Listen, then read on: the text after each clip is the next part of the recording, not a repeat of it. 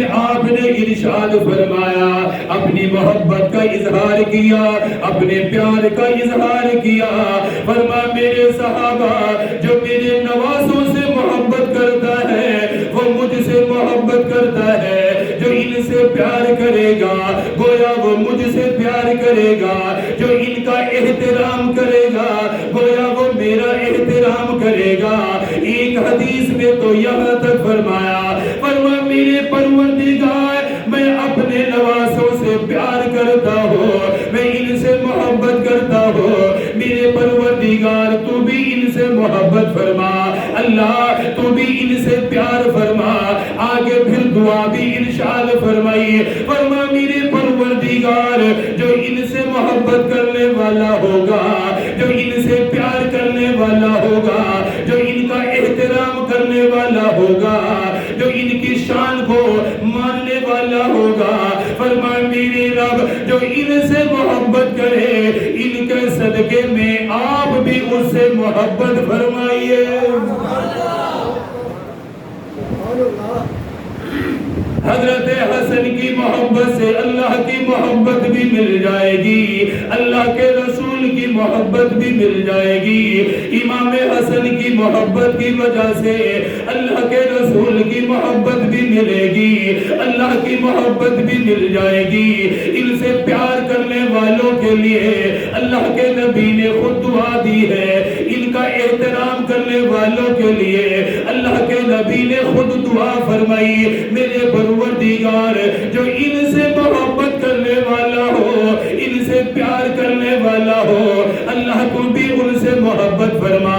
اللہ کا شکر ہے ہر مسلمان محبت کرنے والا ہے، ہر مسلمان احترام کرنے والا ہے، ان کی محبت کے صدقے میں اللہ کا نبی بھی ہم سے محبت کرے گا، خود اللہ بھی محبت کرے گا۔ اللہ کے پاک پیغمبر اتنی محبت فرمایا کرتے تھے، نماز جیسی عظیم عبادت، نماز سے بڑھ کر کوئی عبادت نہیں۔ اللہ کے نبی نماز ادا فرمایا کرتے، نماز کے لیے سجدے میں جاتے،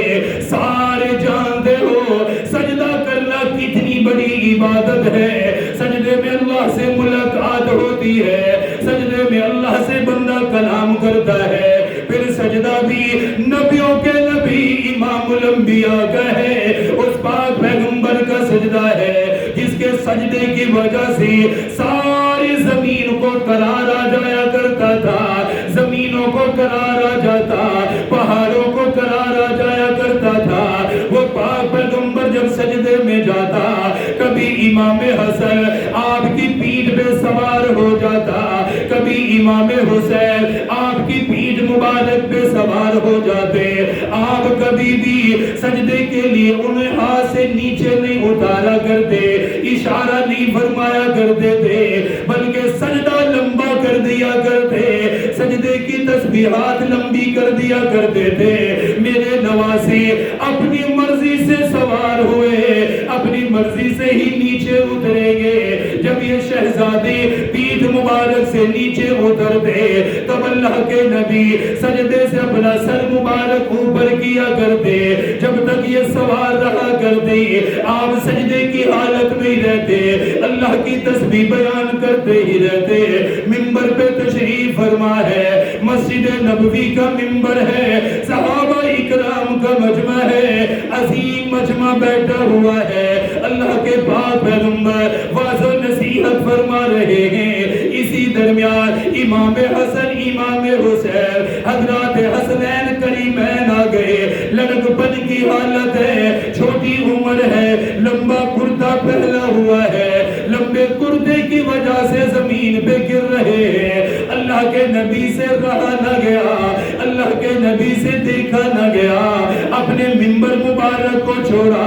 اپنی بات کو درمیان میں چھوڑا، اللہ کے نبی منبر سے اتر گئے، اپنے نواسوں کی طرف خود چل کے گئے، ایک نواسے کو دائیں ہاتھ میں لے لیا، ایک نواسے کو بائیں ہاتھ میں لیا، اسی حالت میں منبر پہ تشریف لائے، اپنے نواسوں کو منبر پہ بٹھایا،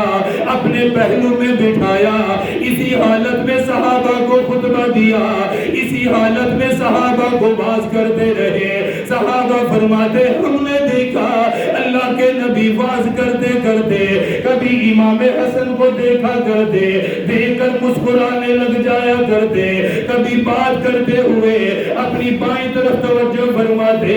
امام حسین پہ نظر پڑتی، نبوت والا چہرہ مسکرا دیا کرتا،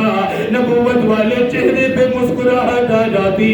کیا شان ہے ان شہزادوں کی جو نبوت کی گود میں پلے ہو، کیا شان ہے حسنین کریمین کی جو نبوت کے کندھوں پہ سوار ہوئے، کیا شان ہے ان حسنین کریمین کی جن کو خطبے کے درمیان اٹھایا گیا، اپنے منبر پہ بٹھایا گیا، اپنی گود میں بٹھایا گیا، یہ صحابہ کو سبق دیا گیا، امت کو سبق دیا گیا، کلمے پڑھنے والوں کو بتایا گیا۔ اور کلمہ پڑھنے والوں، میں اپنے نواسوں سے بڑا پیار کرتا ہوں، ان سے بڑی محبت کرتا ہوں، تم بھی ان سے پیار کرتے رہنا، تم بھی ان سے محبت کرتے رہنا۔ جب تم ان سے محبت کرو گے اللہ بھی تم سے محبت کرے گا۔ حضرت صدیق اکبر